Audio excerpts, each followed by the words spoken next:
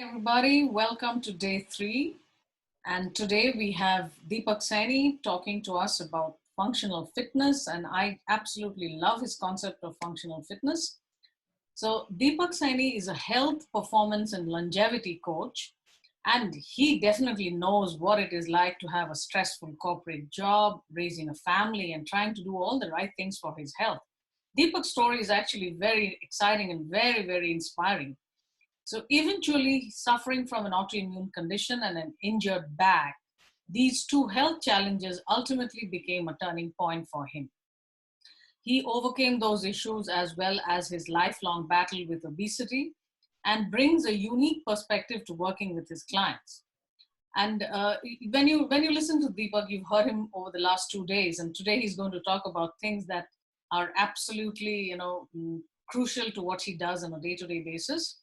When this father of two is not spending time with his wife and little girls, he is researching and staying at the forefront of emerging and cutting-edge health research.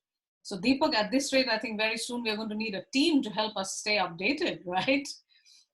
Oh, for Deepak sure, for sure. Deepak is also a very interesting speaker, very engaging. He's a course instructor and a published writer. And I am still me. I am Shabnam Das Kar. I'm a specialist in functional and metabolic medicine. So over to you, Deepak. Thank you very much. So appreciate that warm introduction. So I think it would be helpful for people. I mean, you just heard the introduction, but maybe also helpful a little bit of my backstory of how I got to where I'm at today, and I'll make it brief. So I was always that chubby kid growing up. Always, I can't remember a time when I wasn't. And then I started playing football in junior high, thinking that would help me make me be more popular, and maybe help with girls and maybe some self-confidence and that sort of things. And so in a 4-year period, I put on about 100 pounds. And, sure, I put on a little bit of muscle mass, but I, went from actually being just a chubby kid to actually being fat, obese. So, at 18 years old, I was actually, nobody called it that at that time, but I was essentially morbidly obese at the age of 18 when I graduated high school. So I went to university and I started powerlifting essentially, listening to all the bro science, all the muscle magazines, etc. The university I went to was a training ground for a lot of international teams, so there was a lot of professional athletes from different countries who'd come and train at the school I went to. So we'd pick up things here and there without actually really talking to them, to sort of mimic what they were doing, that sort of thing. So I got really, really strong. I got really, really even bigger, much bigger than I am today.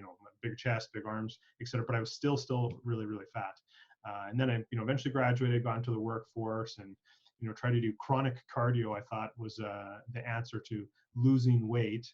And over the years, there were some small dietary changes, and we kind of talked about nutrition yesterday, that helped me sort of slowly cascaded my weight down. And then probably about 8 or 9 years ago, I really got into running. And actually today, I don't know if anyone's noticed, I went with a little bit more casual look today, since we're talking about movement and exercise. I'm actually wearing one of my favorite running shirts. But I really got into running, started with 5 and 10Ks, half marathons, training for a marathon, etc. Just pounding the pavement, pounding, with the type of work I was doing at the time, a desk job, sitting all day in the week and trying to make it up all for it on the weekend, just pounding, 14 kilometers on Saturday, 16 kilometers on Sunday, and that sort of thing. I ended up injuring my back. So neglecting strength training that I had done so much before, neglecting core work, and we'll get to that in a little bit, and end up injuring my back. So it was, really bad situation for me. Ultimately, it was nutrition and other lifestyle changes that would help me lose all the weight, and it kind of opened my eyes to sort of a lot of the myths and the way people train and that sort of thing. And ultimately, which led me into my journey now as a health performance and longevity coach, and got certified, and sort of I specialize in functional fitness. So that's a little bit of my backstory of how I got to where I'm at today, and my personal experiences of kind of relaying what I want to talk about today. So as we discussed with all the 4 topics, sleep on Monday or day 1, nutrition yesterday or day 2, today movement, and exercise, and tomorrow will be sort of the mind-body connection. These are all things that are very important for our health at all times, all the time, especially now even. We're dealing with COVID-19, we're in self-isolation, different places have different restrictions. Some people can't leave their homes at all. Some people can go out as long as they, keep distance and that sort of thing. I'm fortunate enough that one, I live outside of a big city, just outside, and I have a decent sized property, so I can have enough room just to walk around in my own yard. And then I have a nature preserve right behind my house too, so I can get out. So I'm lucky in that sense that my kids can get out. But that being said, we'll give you some solid tips later of what you can do, even if you're isolated in your home, and just things again that definitely beneficial now in the time we're at, but really strategies that can be used all the time, all year long. So what's movement? Movement is very important. Humans were meant to move. The way our body's designed, we're meant to walk. We're meant to move constantly. The sitting, I don't know if you call it a revolution, but sitting at a desk, sitting in the TV, sitting in cars, etc., are all relatively new to humanity. Let's call it maybe last 50 or 60 years. I mean, certainly industrialization happened earlier than that, but sort of this where most people have some sort of sitting type of job. So that's relatively new in humankind. So humans are meant to move, and really designed for short, brief periods of high intensity. We either are chasing our game, or chasing our food, or we're running away from being food. Otherwise, it's a lot of slow movement, very constant, sort of zone 1, zone 2, which sort of refers to your heart rate, very, very constant, slow movement throughout the day, all day long rest periods, and very small, short bursts of high intensity or sprinting or what have you.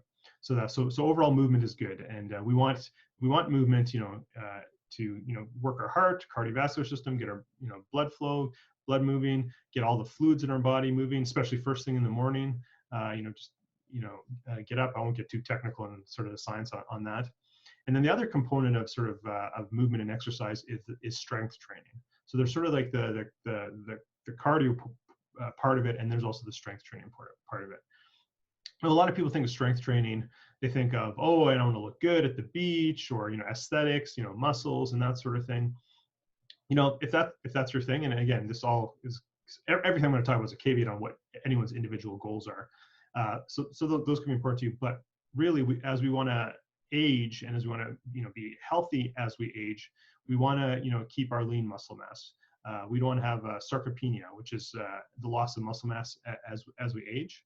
We don't want that. You don't want that wasting away look, where sort of just skin is hanging off of people. I think we all know what that looks like. We want to have at least a baseline of lean muscle mass as we age. That will keep us healthier, keep our metabolism up, and also very importantly, and I'll come back to this a little bit later as well, is the number one for people over 65 or seniors, the number one cause that sends people to the hospital is falls, and breaking a hip or a knee or what have you.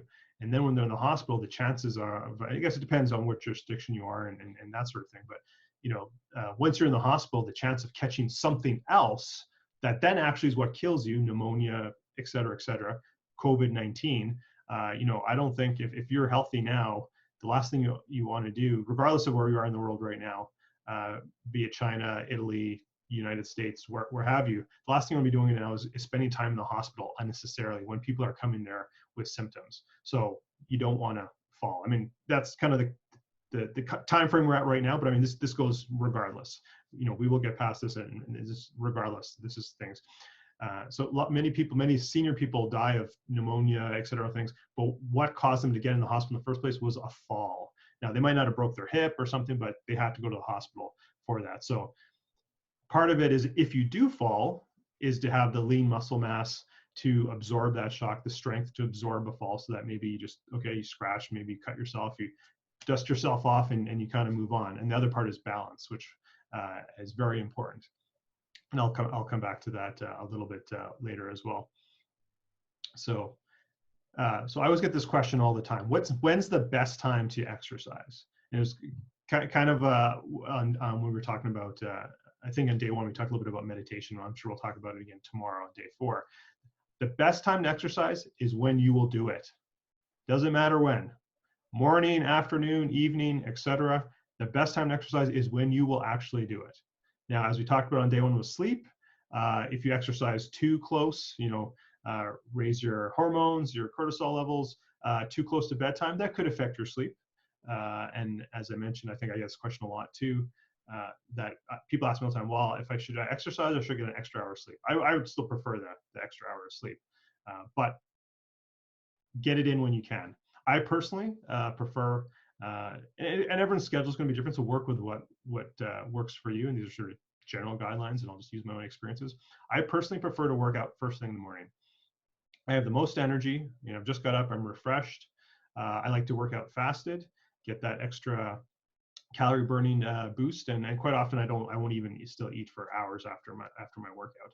Now that's just me, and it kind of goes with my lifestyle and how my commitments with my clients and my wife's job and the kids and etc. So that works for me. I used to work out in the afternoons, whatever, it doesn't really matter. It's the best, whatever works for you. Now, I have a philosophy, or I believe that most people train. Well, they're on either two sides of the spectrum. They either don't train at all, and when I say train, I'm meaning both strength training and cardio. So I'm going to use these terms interchangeably. They don't have movement or exercise at all, or they overtrain. They do too much. It's got to find that happy medium. So again, if you are training for something, some personal goal, whether it be a marathon or an Ironman, triathlon, one of these obstacle course races, or you're climbing Mount Kilimanjaro, whatever your thing may be, if you're training for something, then yes, you need to put the time in and develop the skill set and needed for that event. But let's be honest, most people are not training for something. There's plenty of people who run or jog, whatever, and they're not actually going and entering a race, so to speak. So if you're training for something, and even if you want to go into a race and just have fun with it and spend time with the family, and a lot of times there's a charitable thing with a lot of these races, which we do participate as a family. Well, that's all great. But if you're actually going to trying to get a personal best or compete or rank in a race or this sort of thing, that's a different story. And there is specific training and skill set for that. That's not what I'm generally going to talk about today. I'm talking about the average Joe, the average Jill, who just wants to be healthier, wants to age healthier. And again, I'm all about longevity. I have a plan to be a centenarian. So that's centenarian plus. So that's about 60 years for me to go. So it's all about healthy aging and not taxing yourself and aging yourself by doing too much exercise. So my philosophy when it comes to movement is the cardio piece is just a lot of slow level movement every day. Walking places, walking to the mailbox, getting off a stop earlier from the bus and walking home, going for a walk with your kids. Right now, as we know, I have the luxury of being able to leave my house and walking around, and I have space around my house. So every day, in the afternoon, my kids are done their schoolwork. We get out and spend some time, and unfortunately it's still snowing and still snow on the ground where I live. We'll play in the snow or go for a walk or whatever. So just getting out and doing things, walk your dog or what have you, just get out. A lot of that all throughout the day. Once a week, could be more. Again, depends on people's goals and where their starting point is. But let's call it once a week to begin with. Sort of a more intense cardio workout. Again, very short. It only has to be, we're not training for something. We're not trying to put the mileage in because we're going to do an ultra marathon, right? That's a different category. Very short, 20 or 30 minutes, but enough that you actually get a sweat, enough that your breathing's a little bit heavier. You'd have a hard time having a conversation with someone. Once a week, 20, 30 minutes. That's all you need to do, assuming you do a lot of little bit all the rest of the week. Well, let's break it down to one day specifically. So we can't, like I used to do, you can't do it all on the weekend and put in, 10 hours on the weekend or on one day and then sit on your butt the rest of the week, right? Or even break it down to a single day. You can't go and do, 20 or 30 minutes, build up a decent sweat and then sit on your butt the whole day. You got to have little breaks. This concept of exercise snacking or movement snacking, which I personally, I don't really like that term, because I think snacking, right, I don't believe in snacking from a nutrition point of view, so I don't want to equate the two, but people may have heard this term. So basically what that means is, yes, do your 20 minutes or something, but but spread it out throughout the day. So get up in the morning, and this is just an example. Get up in the morning, do some cardio, go for a walk, what have you. And then you get, okay, I'm waiting for the coffee to brew. So while the coffee's brewing, even if you have one of those instant, machines or something like that, it still takes like 30 seconds, do 30 seconds of, marching in place, quick jumping back jacks, stretch, something like that. And in the afternoon, go for a walk. Maybe your house has multiple levels, go up and down the stairs a couple times. Every time you go to the bathroom, like go up and down the stairs once before you go to the bathroom or afterwards. Just try and get movement around. When you have, this is a very a tip I give to my clients all the time. A lot of my clients tend to be working corporately. I mean, they're all working from home now, but when you're taking a call, if you have it in your office or something, it could be a headset or, put it on speaker and just pace, walk around your office, or if you're at home, walk around your house, walk in a circle and just talk to the person you're talking to. Take your calls, movement. It's an easy way. You'll be surprised if you just have a little 20-minute call, 15-minute check-in with the parents or the grandparents or what have you, but you're walking all the time. Next, boom, 1,000 steps like that, easy. Now I'll come back to steps in a second. Dr. Carr, please make sure I stay on track with these things. I keep saying I'll come back to, so make sure I do come back to them. So that's kind of the cardio piece, once a week, pretty high intensity. I actually prefer high intensity interval training. So I'm fortunate enough that I have an elliptical trainer at home. So I'll put it on the setting and I'll, go up and down, get my heart really up, a little bit of a rest for a minute, up and down, down again. I'll do that 20 minutes, sometimes 30 if I'm feeling really energized. Once a week, that's it. But every other day, I'm doing at least twice where I'm doing 15 to 20 minutes, and then always just moving around and stuff. And I got little kids, so they're running around, so that makes it a little bit easy for me to run around. Now let's move to the strength training point of view. So Deepak, I'll interrupt you here. Yes, please. Some of the terms, now people who are familiar with exercise and all of that, they'll know. So few terms, before the terms, you were talking about muscle mass and sarcopenia. So one question that a lot of our patients have, and I'm talking about, not about the athlete, like more the couch potato kind, which I belong to that group. So is there a definite age after which you cannot start strength training? Like, is there like 50 years of age, a middle-aged woman who's never exercised before? Is there any such age barrier for anyone to start strength training to build muscle? Absolutely not. You can start at any age. I've had clients who, they were more active when they were younger, and then they kind of went away from it for decades, in their mid 70s, and I bring them back. You can always strength train, and it'll become apparent why. Some people have, and this is exactly where I was about to go next. So maybe if you don't have another question, I'll just jump into what I was going to say next. I think it ties well to this question. So the other question was about what is high intensity interval training. I know most people are probably aware of what it is, but maybe you'll just describe it for people who don't know what it is at all. Sure. Okay, I'll tackle that one first. So high intensity interval training, essentially whatever your time frame is, let's call it 20 minutes, and it could vary. And there's a lot of different nuances to this, but let's just speak very generally here. You sort of have a bit of a warm up, whatever you're doing. Even if you're walking, let's use a very simple example. You have no equipment or nothing like that. You're just walking. So you just walk at sort of your normal pace, and then after maybe a minute of sort of warming up, and then for the next minute, just brisking your pace a little bit. And then when that next minute comes, the next 30 seconds, really, you can actually run or just really push yourself. Let's say you're a brand new beginner and you can't actually run. Maybe you have joint pain, maybe you have extra weight you're carrying, etc.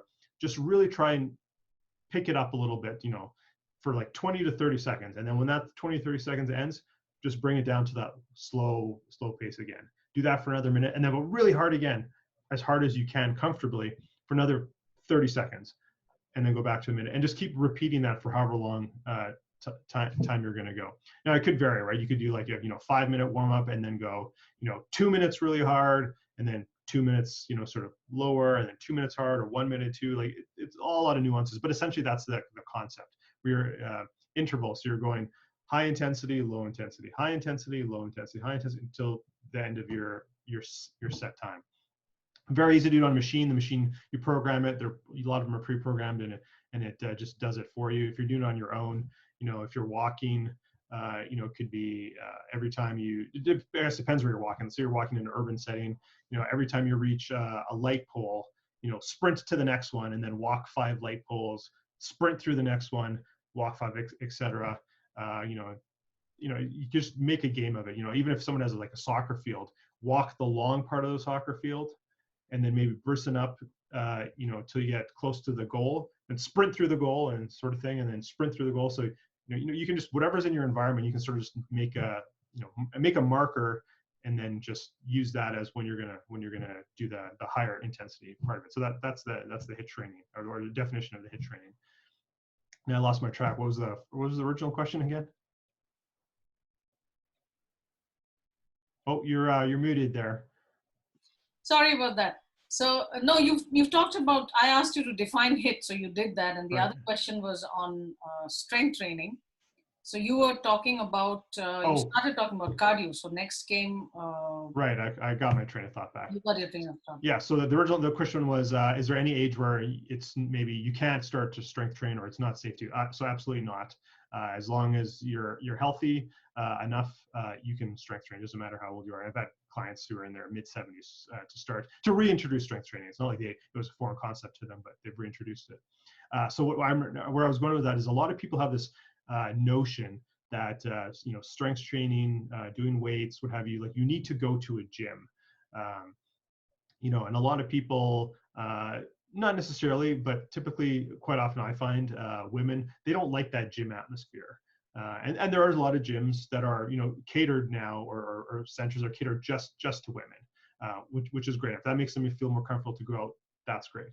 And sometimes there's a social aspect of going to the gym or gets you out of the house. Maybe it's a real time to relax. Maybe there's other things going on. There's, you do your exercise and there's a yoga or like a sauna or a pool or something. It's, it has its benefits for sure. I would suggest that for most people, who just want sort of healthy aging and just, functional fitness, functional strength, there's absolutely no reason to go to a gym. So this totally flies in with many of my peers, at least on the personal training side, who have this mindset. And of course, there's always marketing involved with any of these things. But I'm telling people you don't need to go to a gym. You can work out at home, and you don't even need to have any weights or anything like that. You can just do body weight movement. For the many, many, many people, that's all you need to do, especially if you're starting out. That's all you need to do. You do not need to go to a gym and sign up for whatever the going rate is in your location. You can do simple weights at home. And for most people, again, if you don't have something specific you're training for, or maybe some specific injury or some limitation that's hindering you, where it needs to be modified, and a trained professional will be able to modify it for you. There's really just a few basic exercises, the functional fitness exercises that are good for everyday life tasks and healthy aging. So again, I have, maybe it'll come up in the questions. I have videos I've shot on how to do these and what to watch for and how to self train yourself to do them properly and safely. But for the purposes of today, I'll just very high level go over it. So the number one exercise is squats. So I think most people know what a squat is. I'm not going to be demonstrating these exercises right now. But a squat is essentially, so where does a squat come into everyday life? Getting in and out of a chair, getting on and off of the toilet, getting in and out of your car. So just think about that. When you're 80 or 90 years old, you're at that later stage. If you haven't maintained yourself or have, a minimal amount of lean muscle mass, it's going to be very difficult to get in and out of a chair. It's going to be very difficult to get out of a toilet. Do you want to have to need assistance for these type of things. Most people would say no. That's just sort of embarrassing. It's kind of a private moment going to the bathroom. But many people, many seniors need this service actually because they don't have that. Now, there's many other reasons, of course, where that might be. But so doing a squat, number one. I should mention too, like all these movements as well for lean muscle mass or strength training in general, for lean muscle mass, but also for bone density. Weight-bearing movements is very important for bone density for everyone, but especially for women too, postmenopausal women especially. So very, very important to have weight-bearing exercises. So squat is number one. Number two would be lunges again. So if nobody knows what these exercises are, quick Google search and very, very simple to find. But a lunge, what is a lunge? Where does a lunge come into your everyday life, healthy aging? A lunge is essentially the action of walking up and down stairs. That's essentially what it is. Getting in and out of your car is sort of a squat and a side lunge at the same time. So, depending where you live or what your situation is, you're going to want to be able to go climb a flight of stairs when you're older, or anytime for that matter. It's one thing, a cardiovascular issue and you being out of breath, that's its own issue, but even just being able to physically be able to climb up stairs. Many of our cities now, I'm fortunate enough, I again sort of live out in a rural area, but many people live in urban areas, high density. There may or may not be elevators. Many places around the world, you actually have to walk up to the 4th floor or the 10th floor of your apartment or whatever. Like these are important things, skills that you want for healthy aging. So squat and lunge, sort of two lower body. And moving to the upper body, number one would be a pushing motion. So that's where you're pushing something away from you or above you. So most people would equate a pushing motion, number one, to be a push-up. Now, I see this all the time. I'll come back to that. So a pushing motion. So what is a pushing motion important for healthy aging, everyday life? I don't know, opening a door, perhaps. More importantly, if you've fallen, pushing yourself off the ground, you slipped on the ice, you've tripped over something, picking yourself off the ground is actually a pushing motion. Very important. No one wants to be, those commercials from, maybe a decade ago, at least for those in North America. I've fallen and I can't get up. You don't want to be that helpless person who can't actually get up. You want to be able to at least get yourself up and get to a phone if you've injured yourself, or call a family member or what have you. So that's essentially where pushing motion comes from, the main reason for needing that. The secondary of upper body is a pulling motion, so pulling something towards you. So where does this come into everyday life? It could be pulling a door open, could be pulling the groceries out of the back of the car, or what have you. It could be even getting a box off a shelf and then resisting the weight to come down, if you have something off the top shelf of your pantry or in the garage or what have you. So again, very important. You don't want something to fall on you. You want to be able to have these, being able to do these everyday tasks. And then the fifth one, or the final one, is sort of, again, to work sort of your core. Now, many people, in my opinion, is totally flawed thinking. Most people think sit-up is the best core exercise or best abdominal exercise. First of all, 99% of the people do sit-ups wrong. They put too much pressure on their neck by holding their neck up. It's very hard on the low back. Again, and Dr. Shubnam said in my intro, had a major back injury. I had no flexion. I couldn't bend. I can't do sit-ups. I mean, now I can, but still, it's very hard even for me to do a very proper push-up sit-up in the right position. So sit-ups are very hard on the low back, and they put a lot of pressure. And it's not hard to do them incorrectly. It's a lot of pressure on the neck. So my preferred abdominal or core exercise is a plank. So most people think, again, a plank is sort of flat, and we'll get back to that in a second. So I alluded to about we were talking about upper body. When I starting to talk about a push-up. So many people think, and many women specifically, think, well, I can't do a push-up. I'll do the machine at the gym, or I'll do these these things where they'll do something like that or something and whatever. really, if you do all these 5 exercises I just mentioned, you hit every major muscle group in your body and a lot of the secondary ones. So when you do a pushing motion, you're working your chest, your front of your shoulders, you're also working your triceps indirectly. You're doing a pulling motion, you're working your back muscles, and you're working your biceps indirectly. So when I see, people think, oh, I do my weight training and then I'll just do like bicep curls, and assuming they even, do proper form or some sort of tricep kickback type of thing. Sometimes women get a little self-conscious if they have loose skin here, and they think doing that is going to help. Well, first of all, we discussed yesterday, nutrition is the number one thing for fat loss, not exercise actually. But what I say to those people is, why are you doing all these isolation exercises to work your left butt cheek and your right bicep or what have you, if you can't even do these 5 basic exercises I just told you? It's very simple. Anyone, I'm not going to demonstrate, I'm not going to get too much in detail right now, but anyone who works with me can do a push-up the very first day we work together, within the first 10 minutes. It's that simple. Plank, people have this idea of, anyone can do a plank right away.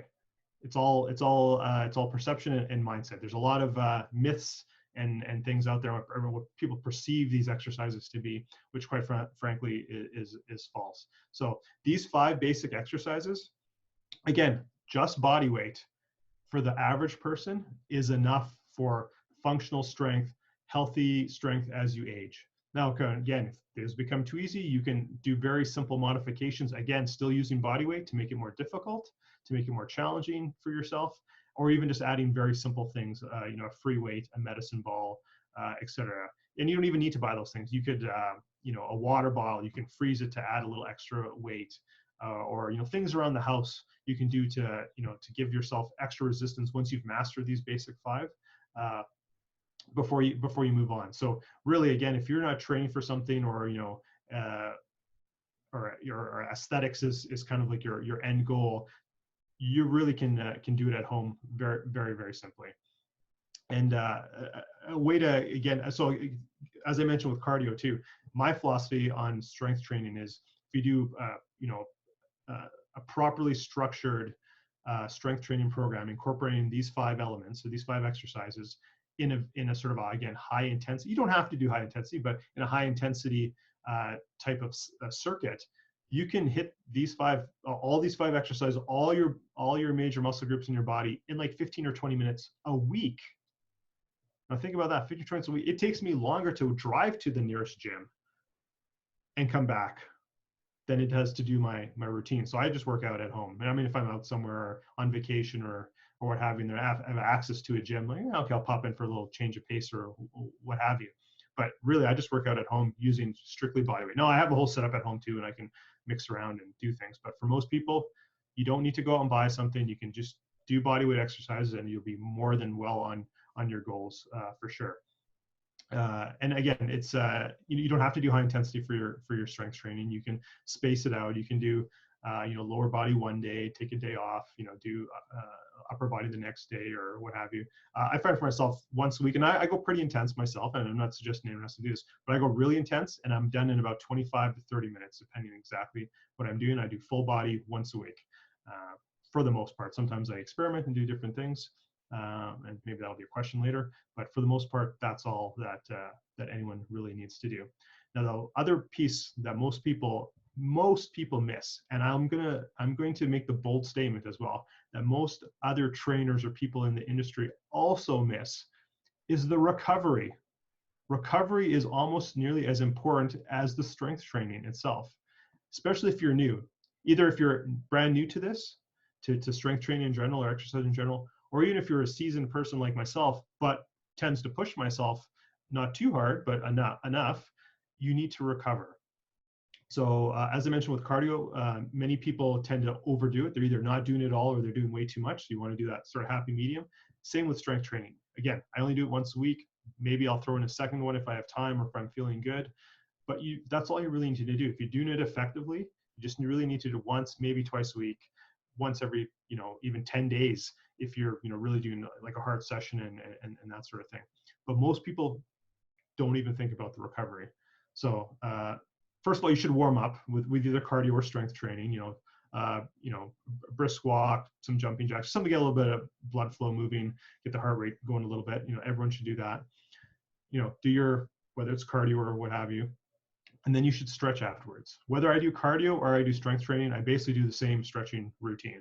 And this is maybe not for everyone. Again, I've come from a history of having an injured back and being a former runner. I stretch my whole body. My whole body gets stretched. Now it's, again, for me, it's a bit specific because I'm trying to keep my back healthy, keep my core healthy. So it's a bit of a longer routine. Takes me, somewhere, depending on how quickly I do it or what have you. It's a plus or minus a 40-minute stretching routine that I do daily. Now, I'm not suggesting you have to do this. I think stretching out and things, especially if they're nagging every day, is not a bad idea. But definitely after your exercise routine, whether it be cardio or strength training, you should stretch out the muscles that you worked out. And again, don't have time to get into all the stretches of how to stretch all the various muscles.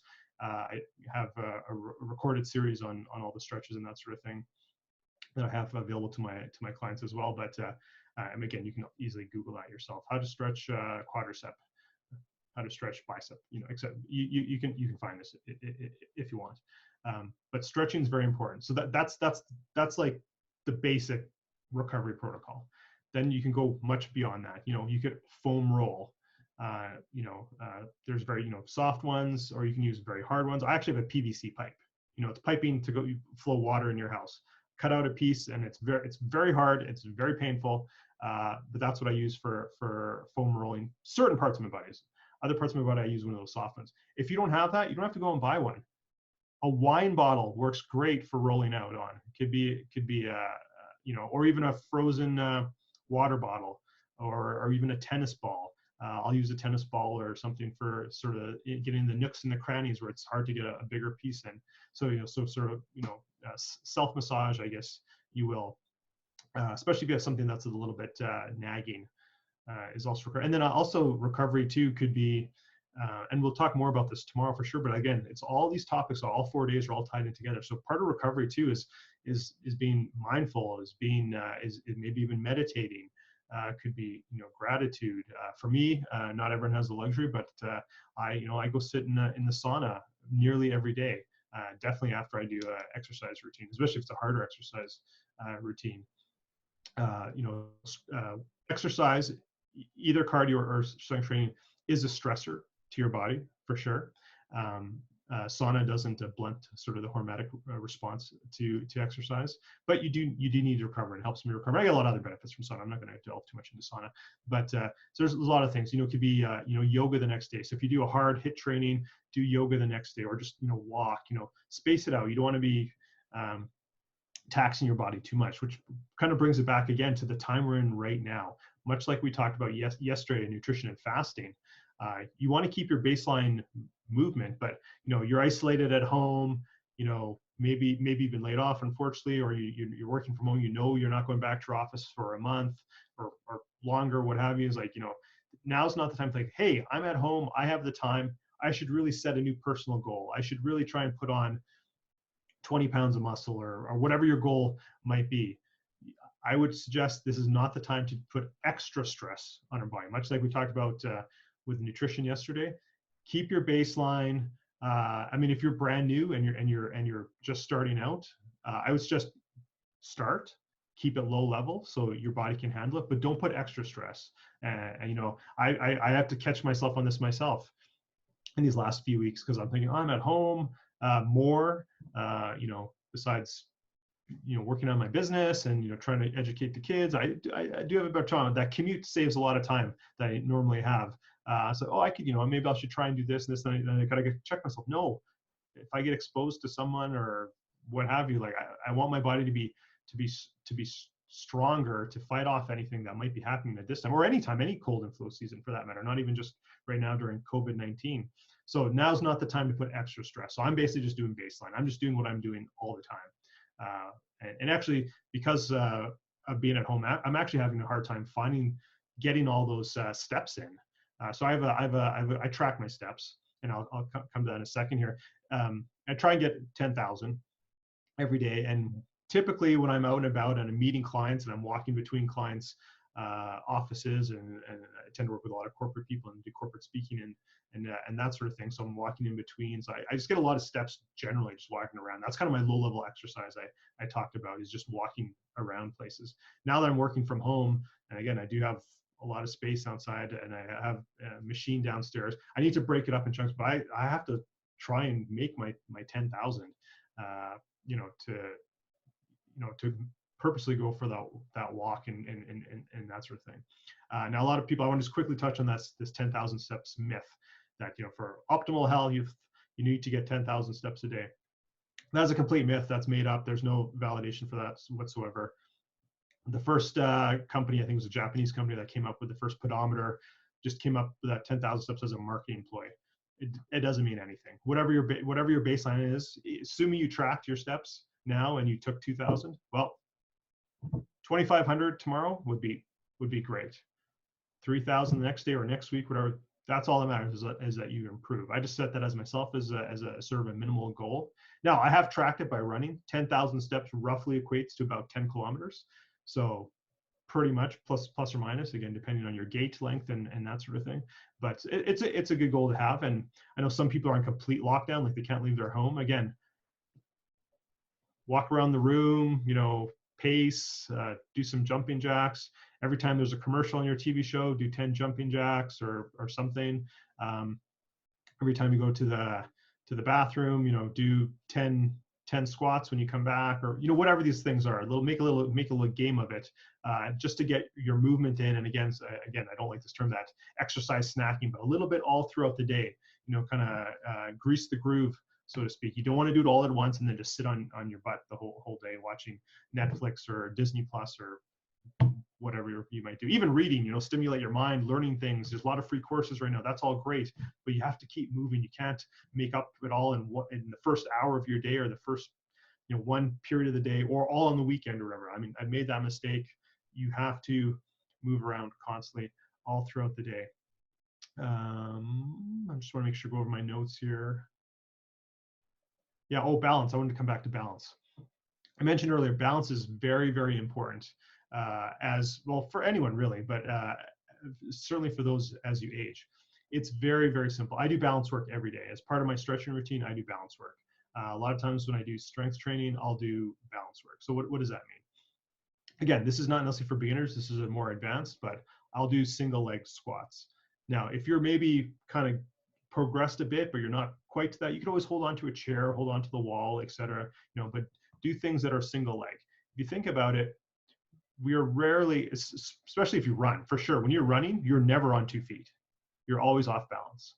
Even when we're walking, there's that little microsecond of a time when we're on 1 foot. And balance is super, super important. So I suggest with my clients is just do little things every day to work on your balance. For me, I stand out, like, this is basic. Even if I'm not doing single leg squats or anything like that, I'll stand on one leg. So I'll say I'm standing on my left leg with my right leg up, and I'll raise my arm with my right arm out.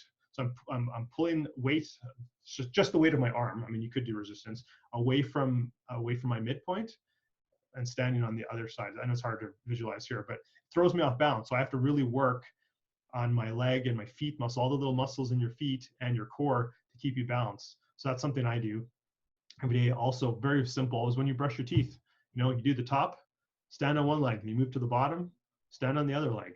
You know, if you lose your balance, you just, you know, your foot only falls like a couple centimeters, and you caught your balance again. So doing these little things now, these little, I don't want to call them hacks, but these little things now when you're in your 20s, 30s, 40s, 50s, 60s is only going to benefit you when you're in your 70s, 80s, 90s, building that balance.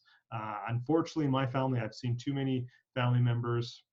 Again, it's not as complex as just having poor balance or poor core strength. There's other things as well. But I've, you know, who have hip replacements, knee replacements, et cetera, all because of falls. And even sometimes accidents just happen and can be unavoided. But I would suggest if you have good balance and a good level of strength, you will recover. Maybe you'll even actually catch yourself. You know, this happens to me, you know, again, I live in the frozen tundra of Canada. So, you know, 8 months of the year, there's pretty much, there's snow on the ground, there's ice on the ground. You know, I'll just walk around my house outside and I'll slip all the time. But, you know, because of this work, I rarely fall. I mean, sometimes it still happens, but I fall. If I fall, I can recover from it. And a lot of times I'll slip and I catch myself because my balance is there, right? You get this innate sense of you know, which way your body's moving in space and how to compensate for it the other way so you don't actually fall. So it's a very, very important, so nobody talks about balance really until, you know, you're sort of dealing with people who specialize in seniors and that sort of thing. They talk about, look, that's great, start working on your 70, 80, 90, but why not start working on it now is kind of what I would suggest. So I think for the most part, I've kind of gone over through my agenda. I know I probably talked a little bit faster, but Dr. Shubman, do you have any questions for me before we go to the Q&A or anything I may have missed? Quite a few questions. One of the things you brought up, Deepak, which is very important, and a lot of people, I think, need some clarity on that. You talked about, you know, using exercise for weight loss. Can you just expand a little bit on it? Because many people think, you know, whenever I ask them, what do you think are your challenges? Oh, I'm not able to lose weight, I can't exercise. I said, no, that's not the only reason. So will you just expand a little bit on that? Sure. Exercise, movement plays a critical role in overall health, for sure, no question about it. All these 4 topics, they all play a role. Exercise is a poor way to lose weight. It all comes down to nutrition. If I had to say, I would say it's 80% nutrition, 5 to 10% movement, and the rest is sleep, you know, clean water, you know, blah, blah, blah, blah, all these other things for sure. Nutrition is the biggest part. There's this vast myth that's in our culture from the last, it's called 40 years or so, you know, it's called the 1970s or that sort of thing. You know, eat less, move more, that's how you lose weight. That is complete garbage. That's been debunked many times over. I think I might have mentioned this the other day. I have a whole series of interviews I've done on health myths, and, you know, that's one of the big ones. I won't delve into that. Somebody can look that up on my YouTube channel or my website if you want. But that's just the biggest health myth there is. That you cannot outrun a poor diet. Diet is the number one. Nutrition is the number one thing to losing weight. Movement plays a part in it, a very small part, but movement plays a part in overall health for other functions, right? Blood flow, you know, all the other fluids in your body flow, you know, keeping joints lubricated, et cetera, just to name a few things. So, you know, getting your heart rate up for cardiovascular health, it all plays an important role. But when it comes strictly to fat loss, nutrition is by far your number one thing. Exercise plays a role. Thank you. So we'll open it for questions now. And actually, Michal is also on this webinar. And Michal actually has been studying to become a yoga teacher. She's been practicing yoga for a long time. Maybe she'll add a few comments at the end. But it's open to questions now. Please feel free to ask. And well, while we're waiting for the first question, maybe I'll jump into my experience with yoga. So I really want to get into yoga. I find that I have yet to find the style or the teacher, for that matter, that resonates with me. So I'll try it for a bit, I'll stop and go, and I cannot quite get into it. That being said, there are certain elements. I mentioned my stretching routine is quite robust. Again, that's just for me, for my health goals. So it's kind of developed between when I was going over my back injury with 2 physiotherapists, a chiropractor, and there's a lot of yoga-ish type elements to my stretching routine. So I'm not, by no means I'm saying I'm a yoga person, but it's actually something I really want to get into, just again, for those down days, for recovery, and depending on the type of yoga you do too, well, you can actually, you know, build muscle mass as well. But again, it's very individualized. I have yet to find that flavor or the teacher, that teacher style that resonates with me. So I kind of start and go, and right now I'm in the no-go right now, I guess. So Michal, would you like to add a few comments to that, to the yoga? Sure. Well, yoga is, as Deepak said, yoga is wonderful because it creates strength and flexibility and stability, and it can be used for cardio, and it does. It depends, of course, on the teacher and the style. So it's a wonderful addition, I think, to a movement protocol, especially for people who do a lot of cardio, who do a lot of running, or who do a lot of cycling, or who do a lot of these repetitive motions, yoga is very good to help to lubricate the joints and get the muscles stretched and toned. It's also really good for relaxation and for stress management because it gets into the fascia, which are the deep layers of connective tissue, which connect our bones and our muscles. So it's a wonderful practice for those who are wanting to try, and it does take some experimentation for sure, right? And again, as Deepak said, it's not a tool for weight loss, it's a tool for health improvement, right? It's a tool to make you feel good and feel better. It's also very focused on breathing, which again is very cleansing and very cleansing in those ways. So those would be my very general, very short comments on yoga. Is if you haven't tried it, you might be surprised. Try it. I was always somebody who said I would never ever do yoga until 12 years ago. I used to laugh at people who did yoga. I would go to the gym and I would think that the people who did yoga were stupid and that they were stretching. Yes, I was that judgmental. And after I did my first yoga class, my life changed. I was clearly very fortunate that I had a teacher that resonated with me. So I will be officially graduated from my course at the end of this month, but I've been teaching now because it's part of our requirements. I've been teaching for 8 months now, so it'll be an interesting journey to see how that develops. But for those of you who are on the call, if you haven't tried it, I think it's a really nice addition in a very passive way almost to your exercise routine. Yeah, Mikhail brought up a point that very good point. So I know I kind of right off the bat I said I wasn't talking to the serious runner or the person trailing for a marathon or et cetera, but sort of the kind of the average. If you go to any of these running clubs and they kind of suggest running 3 times a week, your slow long run to recover, and then your high intensity work, and sort of 3 times a week, and then also do some cross training, which most people don't do. But a lot of people think sometimes cross training is like, okay, well I'm not running today, so I'll ride the bike. Whether they're triathlons or triathletes, excuse me, or otherwise, well, I'll do this or I'll strength train. So I would suggest if that's you, and we might not have any people who are that type of person, but strength training 1 day a week, that's, whether you're a runner or cyclist, that's important. But on your off days, your cross training day, yoga is fantastic for that. It's less impact. You get a lot of the benefits that Mikhail mentioned, flexibility, core strength, etc. Make that your cross training day, your down day. If you're not going to have a complete sort of rest day, yoga is a great way to mix in with training for other things. So, thank you. So, Deepak, one more topic that I think maybe you just mentioned is about trackers. So, do you recommend that people use a wearable, or should the phone apps are they enough, or do you recommend tracking at all? With my personal clients, I don't recommend that they have to track. Many people have them. A lot of corporate programs will give you sort of like, the very inexpensive pedometers, which only track steps, that type of thing. That's all good. If you have access to that, that's great. I think it's or a phone app.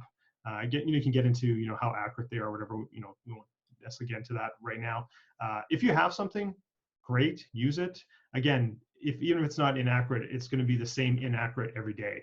So, if you're like, I had 3,000 steps today, well, I'm going to try and better that by, 500 or something like that. If you can gamify something, then it tends to keep people more engaged. It certainly does for me. Like, at the probably by 7, 8 o'clock, I'm checking, like, where am I at? So I was like, oh geez, I'm gonna run short. I got to figure something. Should I? Oh, I haven't talked to my mom in a while. I'll give her a shout, and then I'll pace or walk around the house while I do that, or I'm gonna go for an extra walk, or like oh kids, we're going outside. We're going for a walk, and get them out inside. So it certainly works on me as well. So if you have something and you want to do something, great. But I would never recommend somebody has to go and do that. Has to spend. Many of these are very inexpensive actually, but I never say somebody has to go and get anything to track. And then again, depending on the type of wearable, I mean, sometimes there's other issues with electronic devices on our bodies as well, which we don't have time to get into today. But if anybody wants to know more about that, they can hit me up on that. So, thank you. Okay, we have some questions. So I'm reading the question, Deepak. Can you please tell me how can I improve my balance? I have done running, which means just got back into running after a long time, but due to COVID, gyms have closed. My balance is poor when I'm trying aerobics, example, doing lunges on one leg. Can you please tell how can I increase my balance?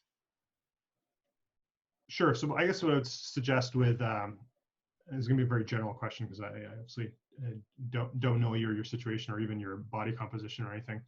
If you're doing strength training, one-legged or lunges, as you said, and you're having trouble with balance, I would suggest holding on to something, a chair, a wall, couch, what have you, just so that you can do the movement properly. And again, it's always, I wasn't able to demonstrate today proper movement of these exercises, but assuming proper alignment of your body, proper movement, so that you can do that properly without falling over, hold on to something. That has to be number one.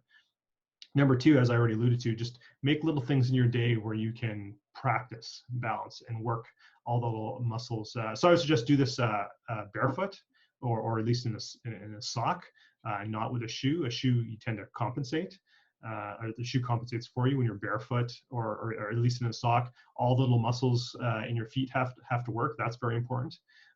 When I was training competitively for running, I would always do everything, not my actual runs, but any strength training, or when I was doing more single leg squats, everything, I always do it barefoot because you want to work all those little muscles, because when the time comes, you want them to be strong. Even when you're doing the race and you have your foot in a shoe, you want those muscles strong and able to handle the load, so to speak. So barefoot, and then just do little things. Again, as I mentioned earlier, do half your toothbrushing standing on one leg, half on the other leg. You're waiting for anything, you can stand on one leg. You're talking on the phone, stand on one leg. And if even just doing that is troublesome, then just have something there you can hold on to. Not resting your weight on it where it's taking all the load off, but just enough that you're not going to fall over. If something happens, you can quickly hold it and get your balance, or even just have your hand hovering above something.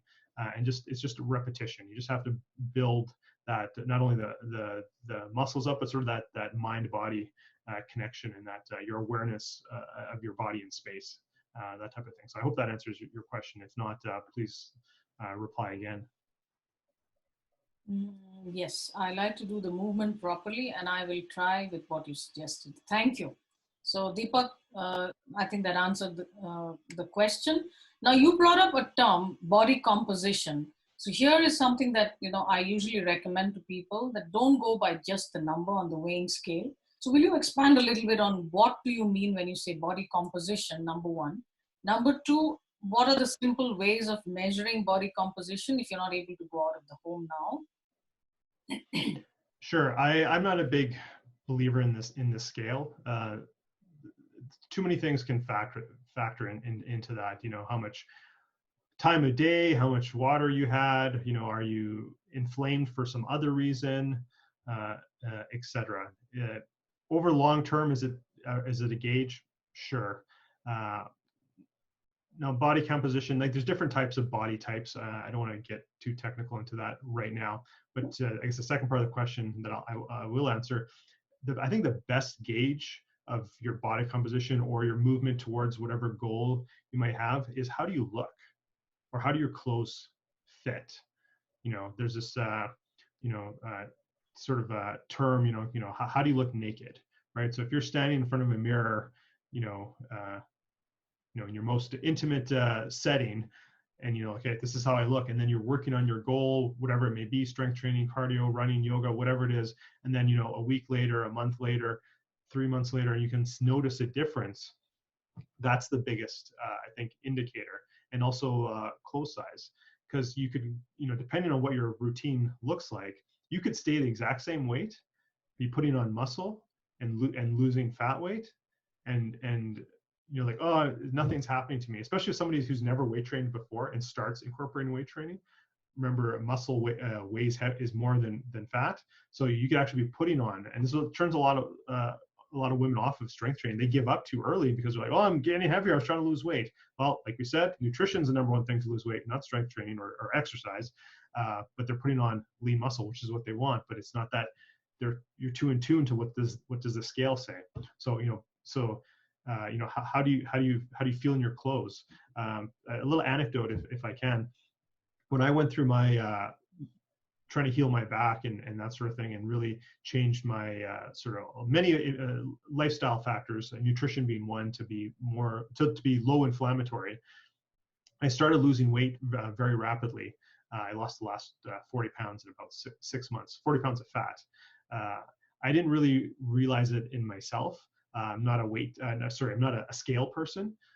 But we got to the situation, sometimes life happens, or you miss a laundry day and you're like, oh, geez, got to grab a pair of pants from the back of the closet. I put them on and they were so big. And I called my wife and I was like, I think I might have lost some weight. These pants are big. And she like looked at me like, what are you, an idiot? Like, of course you've lost weight. You can see it in your face. And I was like, I don't know. She's like, how can you not have noticed? I'm like, I don't know. I just don't look at myself that way. At least I didn't then. So clothes, how your clothes fit would be the best indication, or how you look naked. It's very telling. You can see little changes in yourself, and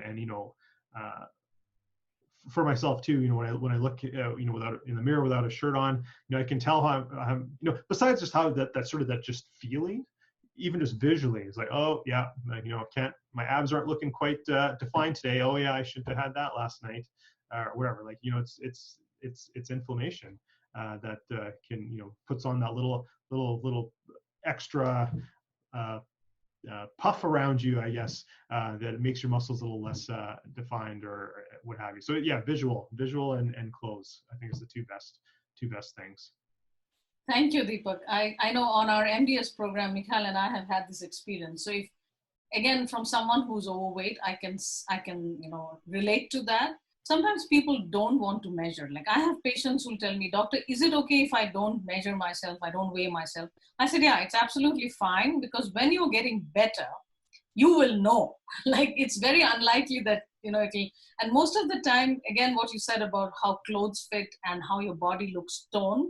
Some of our patients have described it. Doctor, everyone says I look toned. My face looks less puffy. It doesn't look as full. And of course, clothes fitting better. And I'm just looking for more questions. So one more question, this is my question, Deepak.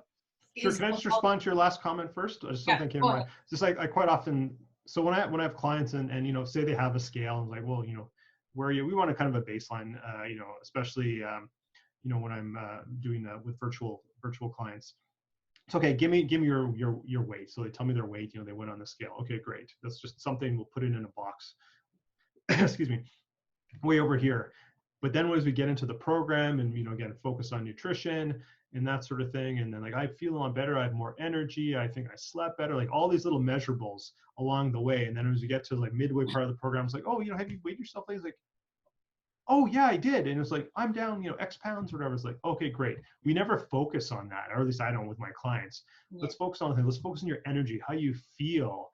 Are you sleeping better? How's your skin look? All these types, how's your clothes feeling better? And then it's like at the end, they're like, oh, I lost 40 pounds. So much. Like, yeah, but we're not doing a daily, at least I don't do a daily check-in or a weekly check-in with people. It's like maybe beginning and the end. And then I always have them take a picture of themselves. This is your before picture, and then this is your after, so they can, sort of have that reference point. So I just wanted to mention that. So please go ahead with the other question. Okay. So my other question was about resting heart rate. And again, Deepak, I differ a little bit about my opinion about wearables. So what I believe in is, if you don't measure, you don't know when you've improved it. So whatever you measure can be improved. So that's the reason I talk about, maybe a phone app. When a phone app, what happens is with a lot of women, they're not carrying the phone on them, when they're in the house or anywhere like that. So that can become a challenge. So my question is about resting heart rate. We know that is one of the big biomarkers for longevity. And since you're interested in longevity, I'm sure you can add a lot to that. So let us say I want to reduce my resting heart rate. And I'm talking about people who don't have any heart rhythm problems or any of that. Just normal people who have normal heart rhythm.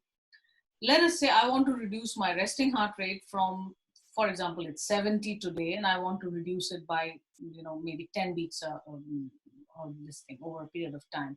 What are the things I should look at, and what should be a realistic expectation? Like, how long would it take for me to change my resting heart rate? Well, that's a really good question. That's a complex question. Okay, so first off, I am huge into quantification.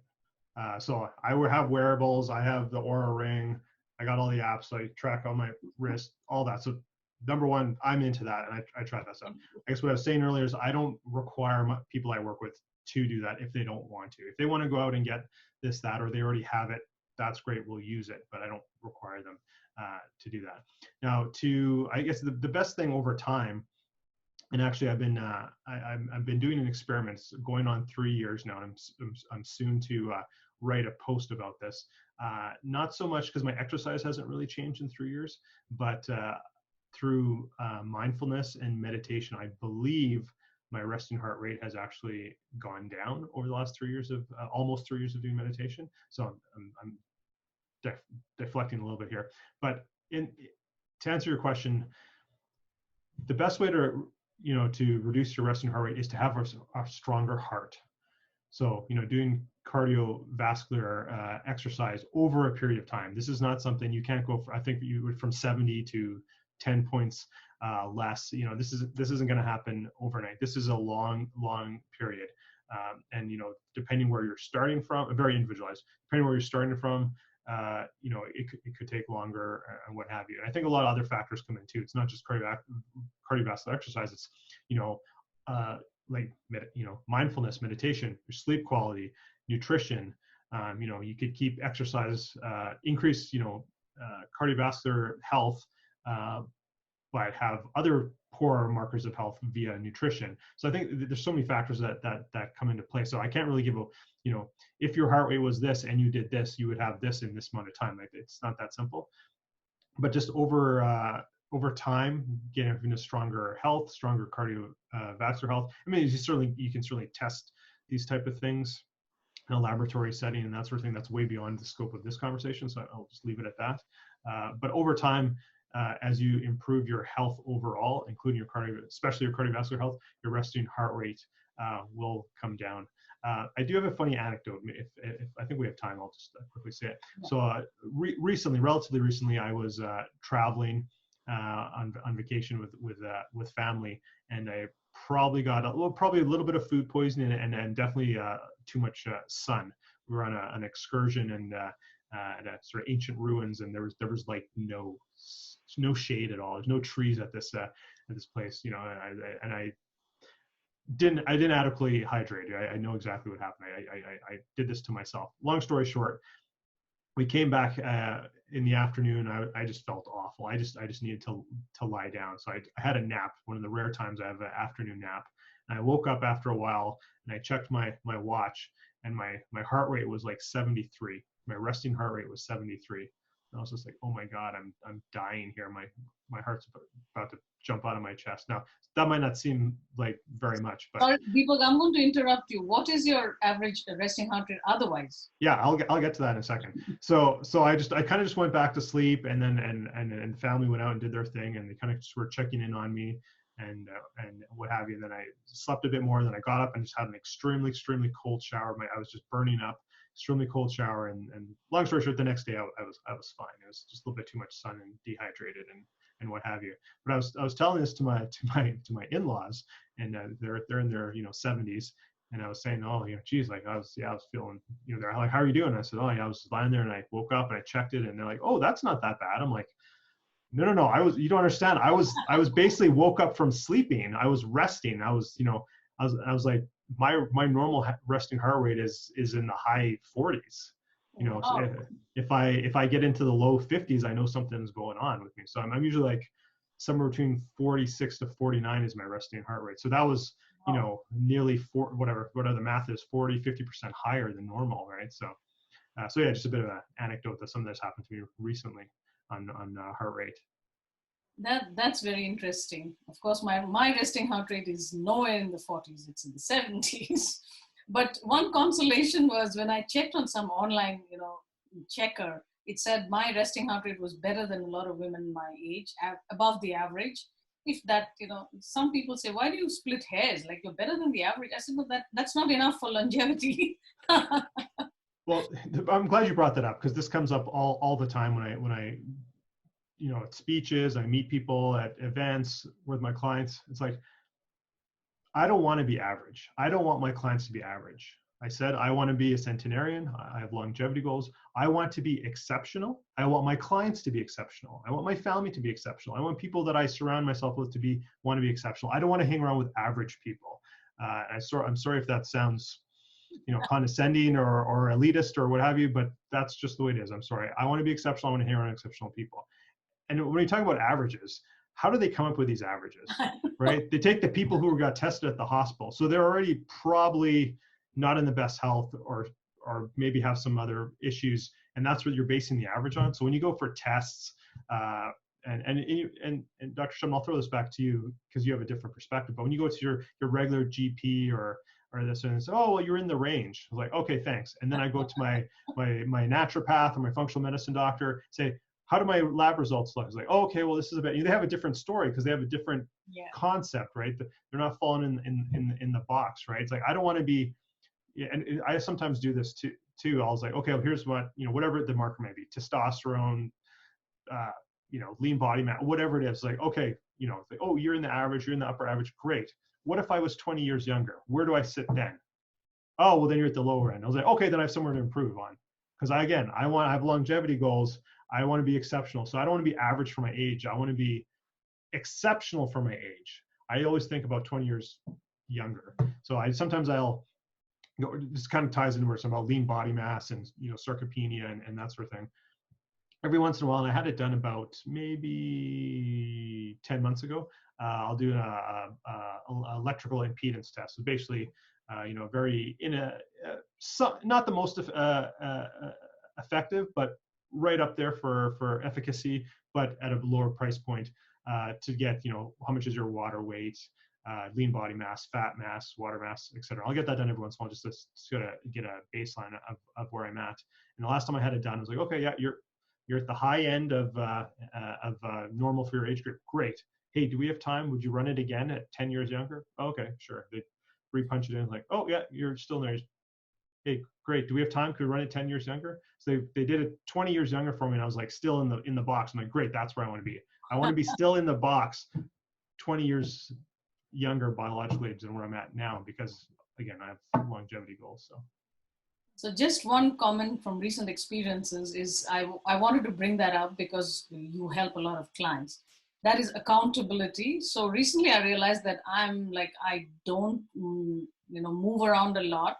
So if I think that, I've just exercised in the morning and I should be good for the rest of the day, that's not true.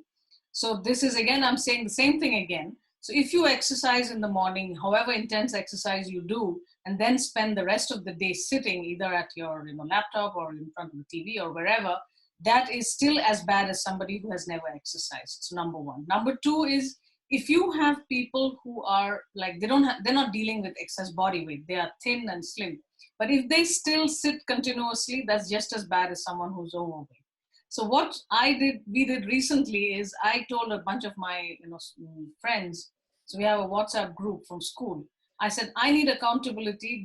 Will any of you join me in being accountable? So we started a WhatsApp group, and I must say, thanks to that group, I'm probably more, moving more, or at least trying to exercise a little bit more than otherwise. So Deepak, what would you like to say about the accountability part? I think that's the biggest missing piece. And when I work with my clients, I work a very holistic approach, right? Mindset and motivation, nutrition, movement, obviously, meditation, sleep, like the whole gamut. Everything that we're talking about in these 4 days, plus the sum, plus things we're not going to even get into, is what I work on with my clients. For the most part, I'll call it 50 to 80%. Let's go on the high end. 80% of what I'm telling my clients, they either already know or can easily find. So what do they need? What do they hire me for to coach them? Is to bring in the pieces that they don't know, work all those pieces together, and to be accountable. That's the biggest thing. My clients have to be accountable to me 3 times a week. and I won't get into like what that looks like right now. If somebody's interested, they can reach out to me for sure. But it's that accountability is the biggest thing. It's the missing thing. That's why when you go to the doctor, it's like, well, you should probably, your blood pressure is high or whatever, you should do this or do that. Yeah, come back in 3 months. Well, where's the accountability in that? Even if you see a dietitian, and I won't even talk about all the flaws in that model, but anyway, there's still a missing accountability piece there. You go to the gym, even if you hire a personal trainer, like, okay, you're accountable for that 1 hour or an hour and a half you're there. Where's the, or maybe a couple times a week even do it. Like, where's the accountability? Accountability is the biggest thing. So having a group or something like that is fantastic. Publicly stating something, put it on your Facebook page. Hey, it's Jan 1st or whatever. You never have to start anything on Jan 1st, right? Do it whenever you want. It's the best time to start is today. Put it out there. I'm doing this. Anybody interested? Publicly state it, right? Part of it. I mean, I do have, honestly and purely from my heart, I want to be a centenarian. I want to see my great grandchildren. I want to help people for as long as I can. But I publicly put it out there to everywhere. Everyone knows. Anyone who looks me up knows that's my plan. So besides the fact that I truly want to achieve this goal, I actually have to live up to this now because I publicly put it out there. Anything else, right? So publicly stating something is an accountability. And there's tons of apps and things we don't even have to get into where, I've heard maybe many people have heard this too, where you write a check to to some organization that you totally despise, some racist organization or something like that. Write a check to them for a donation. If you don't meet your goal, you have to send it out, or your friend that you've given the check to will mail it off forever. So you just sometimes you need a motivation or something. So that's the big thing I work on with people, or the biggest thing that's usually missing from people is either sort of their purpose or their why. And then that's step one. And then is the accountability afterwards, for sure. So I think that's great that you have that with your friends. Thank you, Deepak. So can you read the follow-up question to your question, or would you like me to read it out? Could you read it out to me? Okay. So another question from the same person. Another question I have on what you mentioned about putting extra body muscle when doing weight training. Are you referring to using machines or just strengthening exercise? What did you mean by that? Can you just elaborate so that I am not doing the wrong things, wrong movements? Extra weight. I don't remember saying that. Maybe I guess. Please chime in with another question or follow up if I'm misunderstanding here. What I was saying is with these functional exercises, that for the average person or specifically for someone just starting out, you can just do in your home, body weight. When I think I was saying adding weight. What I meant is if you had some free weights at home, a lot of people have some old dumbbells or whatever lying around. You could do a squat by holding the weight to your chest to add a little, 5 or 10 pounds extra. You could hold them in your arms as you're doing a lunge. Etc. There's very minimal things you can do with to add resistance or to make the exercise harder. Again, you could do a frozen water bottle or a 4-liter milk jug, fill it with water to add a little bit of resistance to something you're doing. If you're doing a sort of a bent over row or pulling motion.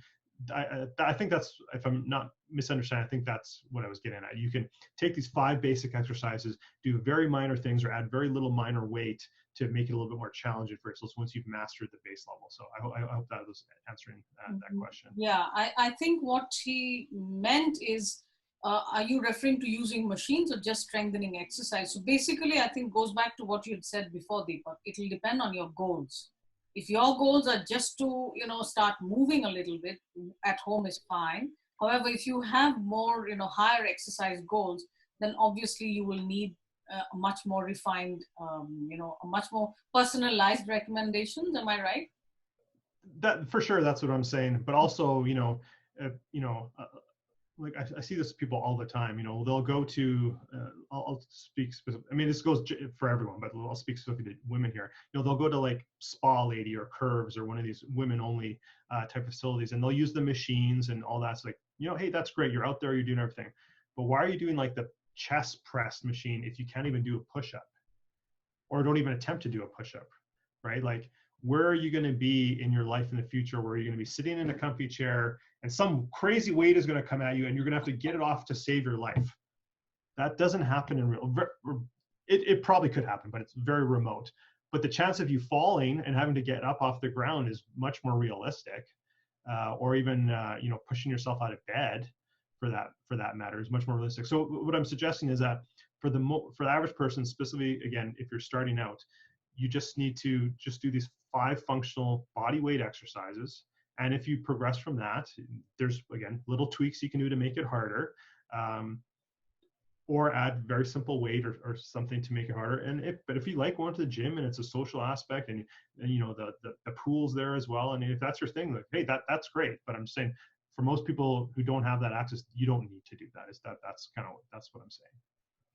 Thank you. I think that is all for today. Thank you, Deepak, and thank you to everybody who was on this webinar today. You'll receive a recording after tomorrow, sometime next week. And stay tuned. Deepak, thank you very much. That was excellent. It's so many questions that I have personally had, they were answered. And moreover, if any of you have questions, please feel free to reach out to us, and we'll definitely respond by tomorrow at the webinar. Sure. And if I just want to add one more thing, if people are still on, is don't forget to come on tomorrow, because tomorrow we're going to be letting you what the bonuses are for this web series. So make sure you tune in tomorrow as well. Okay. Oh, thank you. All right. Thank you. Appreciate it. Thank you very much. Okay. Bye now. Bye.